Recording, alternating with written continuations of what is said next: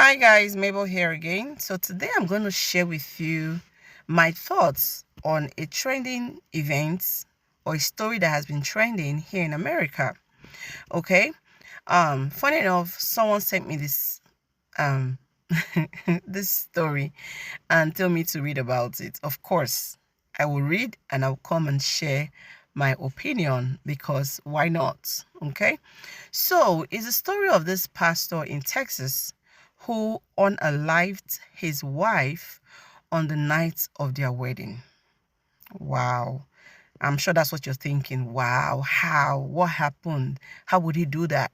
When I saw the story, before I even went and did my research, I was like, what would have led to this, honestly? Like, were they not in love? Did they not date right?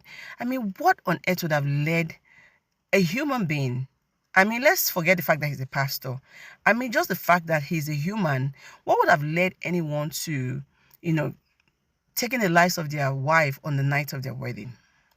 Now, before I go further to talk about the story, I want everybody to always know that, you see, pastors, bishops, reverend fathers, generally people in high places, I want people to start understanding that these people are humans and also give them the same grace as they give to every other person.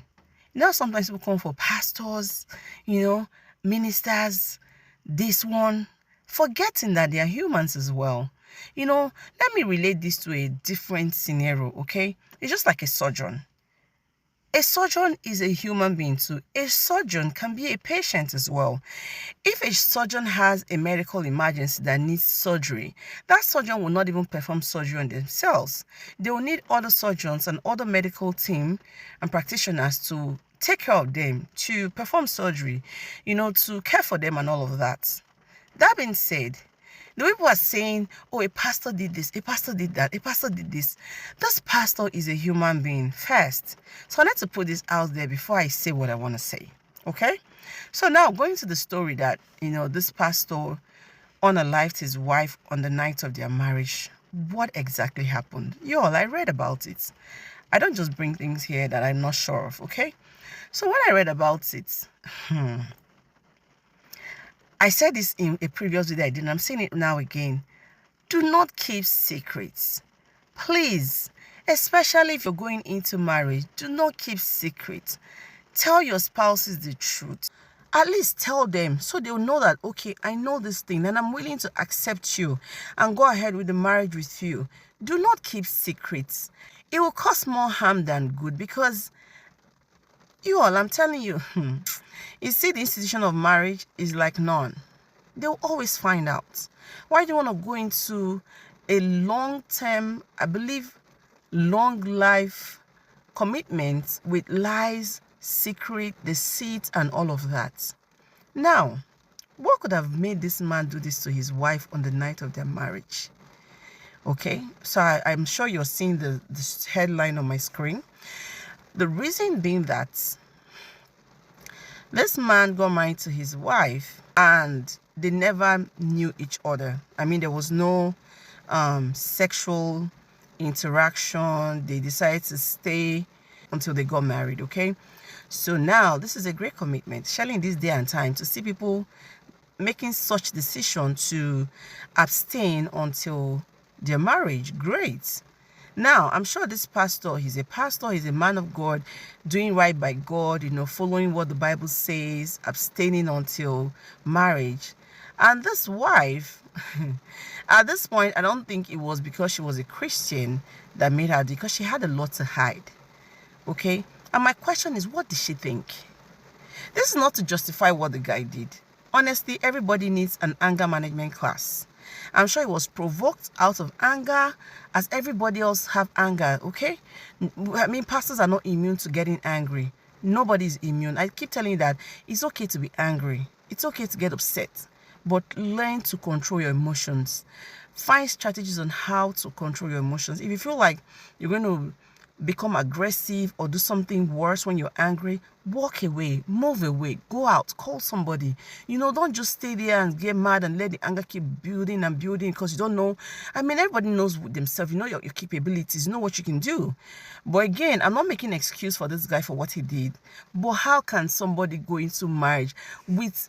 I mean, this is not just a situation of I had a child before I got married or, I did it. This is worse than that. How would you deceive somebody to that extent that you were this and then you changed to this? I mean, she was a man and she changed to a woman.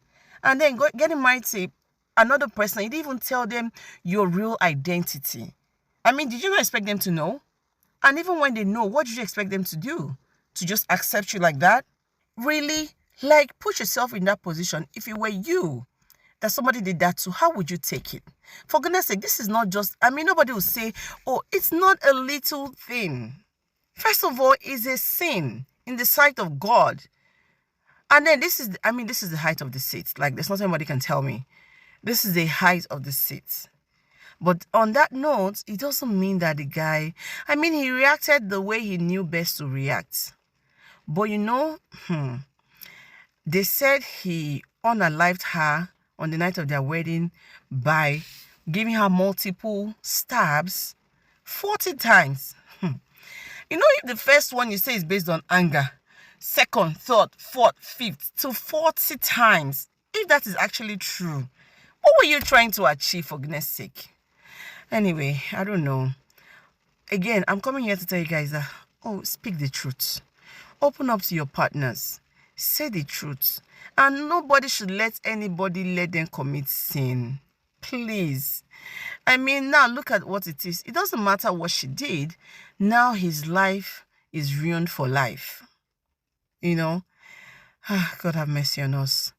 The things we see, the things we hear, sometimes it feels like it's unreal, like a movie, but these things are happening in real life. I mean, all the things we watch in movies, there are things that happen in real life. They just translate into a movie. But you all, don't let anybody lead you to sin.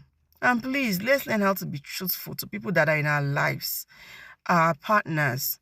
I mean, people that are in our lives, do you know I always say that I'm an adult. If I tell lies, you will not beat me. If I say the truth, you will not also beat me. I mean, it could just lead to you saying, okay, I don't want to get married to you again, or I don't want to speak to you again. But I mean, say the truth at all costs. At the end of the day, the truth is still best, And please don't let anybody lead you to sin. Don't. Thank you.